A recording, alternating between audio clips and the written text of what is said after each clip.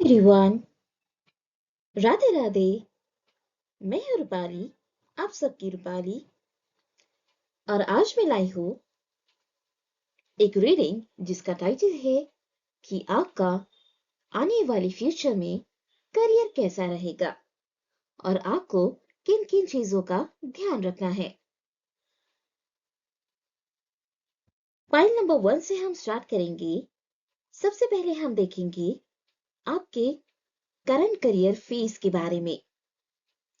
तो file 1 choose करने वाले जो लोग हैं वो बहुत हार्ड वर्किंग है, लेकिन आपको ये लगता है कि एफर्ट्स का पूरा पूरा रिजल्ट नहीं मिलता है,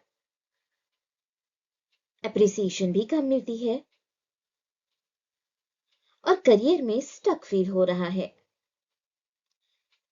लेकिन यहाँ पर एक बात क्लियर है कि आपका पोटेंशियल दब के रह गया है, क्योंकि पूरे पूरे रिजल्ट्स आपको नहीं मिल रहे। तो आपको कहीं ना कहीं ये लग रहा है कि कहीं मेरे हार्ड वर्क में, मेरे स्मार्ट वर्क में कुछ कमी तो नहीं रह रही है, या मैं गलत डायरेक्शन से तो नहीं जा रहा हूँ या जा रही हूँ। आपका टैलेंट या तो रॉन्ग प्लेस पे यूज हो रहा होगा या फिर रॉन्ग लोगों के बीच। मतलब सैटर्न और राहु टाइप एनर्जी, डिले भी, थोड़ा सा प्रेशर भी। लेकिन जो ये डिले है आपके करियर में, जो आपको अभी दिखाई दे रहा है डिले, ये परमानेंट नहीं है। This is just temporary. तो आपके फ्यूचर में ब्रेक थ्रू कब आएगा और कैसे आएगा, ये देखते हैं। पॉइंट नंबर 1 के लिए एक स्ट्रॉन्ग टर्निंग पॉइंट दिख रहा है, जिसके लिए कुछ साइंस आपको मिलेंगे।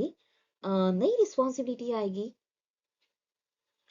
कुछ लोगों के प्रमोशंस हो सकते हैं, या फिर रोल चेंज हो सकता है, किसी की फील्ड भी चेंज हो सकती है, या करियर डायरेक्शन का कंप्लीट शिफ्ट हो सकता है आपके लिए।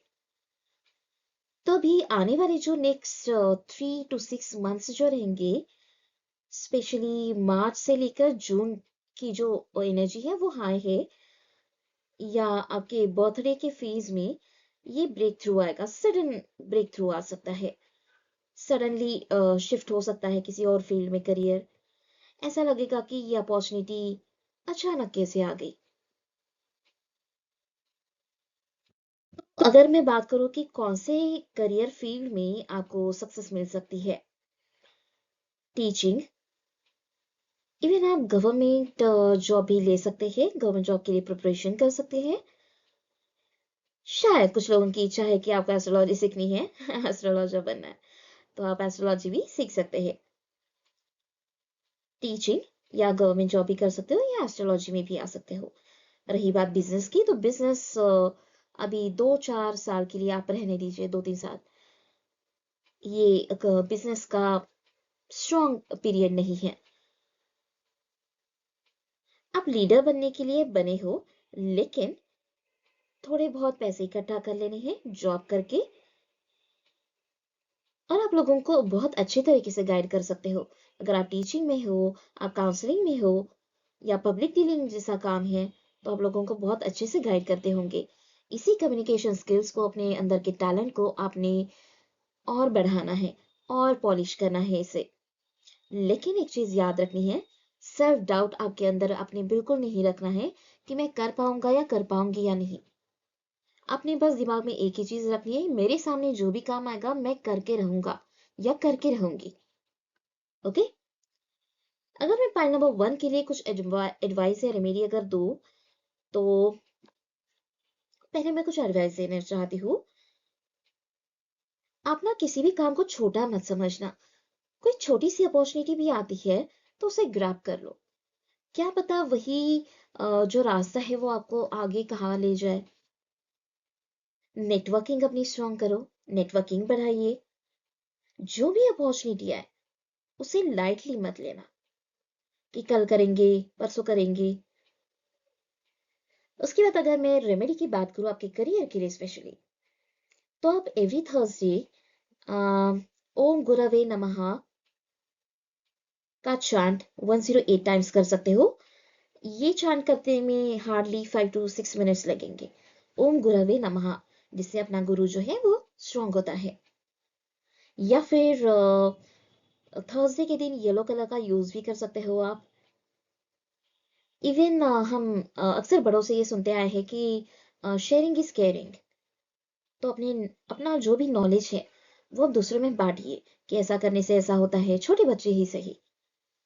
अगर आप इनसिक्योर फील करते होंगे कि बड़ों में अगर मैं नॉलेज शेयर करूँ तो सामने वाला फायदा उठाएगा, तो आप छोटे बच्चों में भी अपना नॉलेज शेयर कर सकते हो। छोटे बच्चों को छोटे बच्चे खुश भी होते हैं, शांति से सुन लेते हैं, ठीक है।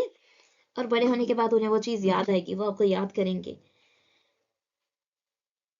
तो पॉइंट नंबर 1 का जो करियर रहेगा वो ब्रेक थ्रू डिस्टाइंड है। बस थोड़ा सा पेशेंस और कॉन्फिडेंस चाहिए रहेगा। तो आप में से जिस किसी से ये रीडिंग रेजोनेट करती हो, आप मुझे कमेंट सेक्शन में जरूर बताइए। अब हम शुरू करते हैं पॉइंट नंबर 2 की करियर ब्रेक थ्रू की रीडिंग। पॉइंट नंबर 2 की करियर एनर्जी के बारे में अगर मैं बात करूं, पॉइंट नंबर 2 वाले जो व्यूअर्स है, लिसनर्स जो है वो बहुत ज्यादा इंटेलिजेंट है, बहुत ज्यादा, और बहुत क्रिएटिव है। उन्हें जो भी कोई काम, अगर आपको मैं कोई भी काम दे दूं ना, आप बहुत क्रिएटिवली करोगे। लेकिन करियर में कंफ्यूजन या ओवर थिंकिंग बहुत ज्यादा करते हो। कोई कंफ्यूजन नहीं रखना है, इवन ओवर थिंक नहीं करना है। एक बार हाथ में ले लिया ना काम, बस सोचना छोड़ दो कि कैसे होगा, क्या होगा। आप बस ये सोचो काम हाथ में लेने के बाद कि मैं इसे कैसे अच्छे तरीके से पूरा करूं। उसके बाद आप एक चीज शुरू कर सकते हो एट अ टाइम। लेकिन जब आप कोई भी चीज शुरू करते हो ना, तो बीच में डाउट आ जाता है। बस वो डाउट नहीं आने देना है। बस इसलिए आपकी जो प्रोग्रेस है वो थोड़ी स्लो मोड में है। मतलब मर्क्यूरी प्लस मून टाइप वाली एनर्जी। माइंड आपका तो बहुत फास्ट चलता है, लेकिन आप डिसीजंस स्लो लेते हो, जस्ट बिकॉज ऑफ इनसिक्योरिटी। अगर मैं आपके ब्रेक थ्रू की बात करूं, तो ये जो करियर ब्रेक थ्रू होगा, जो टर्निंग पॉइंट आएगा, वो ग्रेजुअल रहेगा, लेकिन बहुत स्ट्रांग रहेगा। स्लो आ सकता है लेकिन स्टेडी रहेगा। आपका करियर एकदम सडन फेज में नहीं जाएगा, स्टेप बाय स्टेप ऊपर चला जाएगा। तो आपके लिए मैं अगर देखूं ब्रेक थ्रू कब आएगा आपके करियर में, तो नेक्स्ट 6 से 9 मंथ्स में ये करियर ब्रेक थ्रू आ सकता है। हो सकता है कि कोई एक डिसीजन हो वो आपकी लाइफ चेंज कर देगा इसी साल करियर में। जहां पर आप डर रहे हो ना, आपको वहां पर यस बोलना जरूरी हो जाएगा, और यही से आपकी हिम्मत बढ़ने लगेगी। और आपको इस बात का रियलाइजेशन भी होगा फ्यूचर में कि अच्छा हुआ मैंने उस दिन हाँ बोल दिया। डर के मारे ना बोला होता तो आज मैं यहाँ पर नहीं होता या यहाँ पर नहीं होती। ये रियलाइजेशन देखना आपके साथ जरूर होगा ये चीज। करियर फील्ड की अगर मैं बात करूँ आपके लिए, आप सोशल मीडिया भी कर सकते हो, जैसे कि कंटेंट क्रिएशन। आप मार्केटिंग भी कर सकते हो, बिकॉज आपकी जो कम्युनिकेशन स्किल्स है that is really very appreciated. या फिर कोई ऑनलाइन बिजनेस भी स्टार्ट कर सकते हो। मतलब ओवरऑल अगर मैं देखूँ ना एनर्जी, तो बिजनेस में बहुत ज्यादा शाइन करोगे आप। लेकिन टेम्पररी के लिए आप जॉब पकड़ सकते हो, क्योंकि अगर हम पहले से ही बिजनेस स्टार्ट कर देते हैं ना, तो बिजनेस ऊपर उठने में बहुत टाइम लगता है। तो इंसान के अंदर ना निगेटिविटी आ जाती है। तो उस निगेटिविटी को रोकने के लिए आप पार्ट टाइम जॉब कर सकते हो, पार्ट टाइम बिजनेस कर सकते हो। इधर से फ्लो आता रहेगा, अगर इधर से बहुत लेट हो रहा है तो एक पॉजिटिविटी बनी रहेगी आपके साथ। तो आपका लक ज्यादा से ज्यादा digital platform, online recognition, name fame से जुड़ा हुआ है।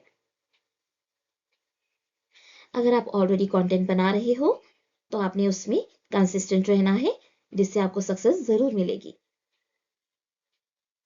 लेकिन एक चीज हमेशा याद रखना पॉइंट नंबर 2 के लिए, सडन ग्रोथ नहीं है, वो स्टेप बाय स्टेप होगी।